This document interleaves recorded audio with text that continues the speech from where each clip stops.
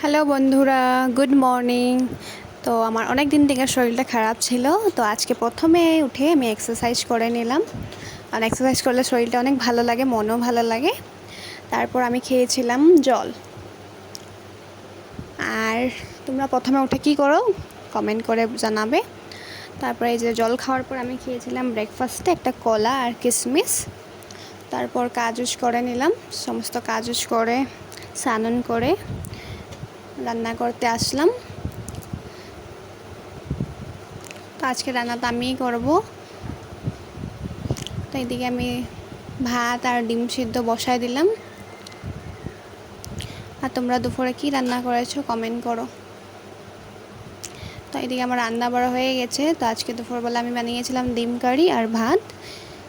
তারপরে এই যে বিকালে একটু বৃষ্টি হচ্ছিল আমাদের এখানে, ওয়েদারটা বৃষ্টি বৃষ্টি। তারপর আমি খেয়েছিলাম ঘুগনি আর চা। তো তোমরা কেমন আছো সবাই কমেন্ট করো।